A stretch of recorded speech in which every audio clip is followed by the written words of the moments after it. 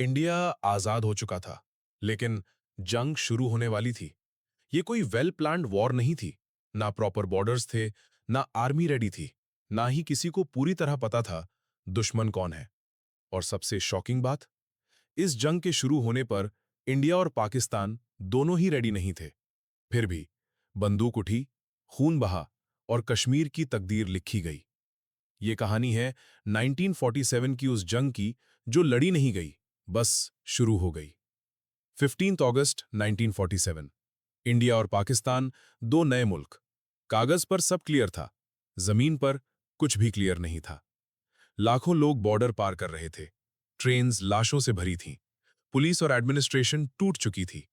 और इसी बीच British Indian army भी टूट रही थी। ऑफिसर्स बांट दिए गए, यूनिट्स तोड़ दी गईं, वेपन्स डिवाइड हो रहे थे, कभी ट्रेन में, कभी गोदाम में। किसी को नहीं पता था कल मैं किस फ्लैग के नीचे लड़ूंगा। इंडियन आर्मी टेक्निकली एग्जिस्ट करती थी, पर मेंटली वो अभी नहीं पैदा हुई थी।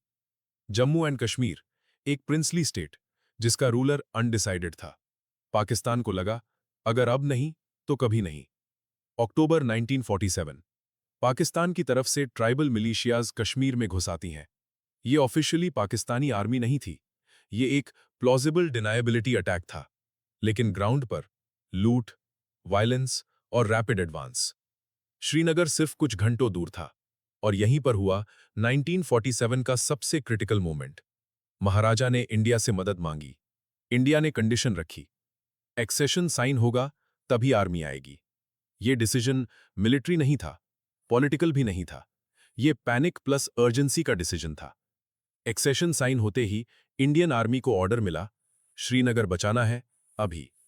No rehearsal, no briefing, no clear enemy picture.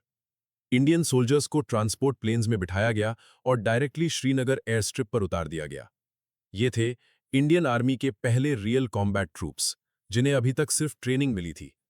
जैसे ही प्लेन उतरा, गोलियों की आवाज सुनाई देने लगी। ये इंडिया की पहली असली जंग थी। कोई ग्रैंड स्ट्रैटेजी नहीं, बस एक मिशन, एयर स्ट्रिप मत गिरने देना। अगर वो एयर स्ट्रिप गिर जाता, कश्मीर भी गिर जाता। इस जंग में सिर्फ पाकिस्तान ने गलतियां नहीं की, इंडिया की भी थीं। सप्लाई लाइंस वीक थीं, इंटेलिजेंस इनकम्प्लीट थी, कमांड स्ट्रक्चर अनक्लियर था। कभी-कभी डिसीजंस दिल्ली से आते थे, जब ग्राउंड पर सिचुएशन कुछ और होती थी। पाकिस्तान की तरफ ट्राइबल फोर्सेस अनकंट्रोलेबल थीं, लूट डिसिप्लिन तोड़ रहा था, और टाइम वेस्ट हो रहा था। ये वॉर प्रोफेशनल आर्मीज का नहीं, हाफ हेडी सिस्टम्स का वॉर था। और इसी कंफ्यूजन ने लाइन ऑफ कंट्रोल को जन्म दिया।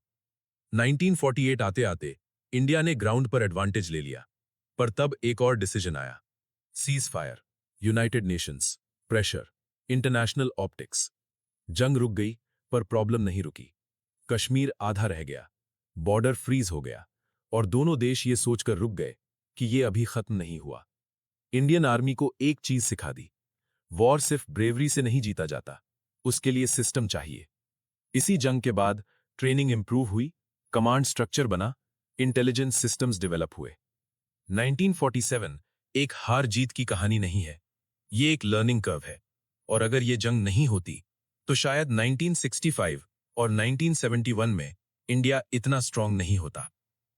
ऐसी ही और वीडियोस देखने के लिए चैनल को सब्सक्राइब करें। हम हर हफ्ते ऐसी वीडियोस लाते हैं।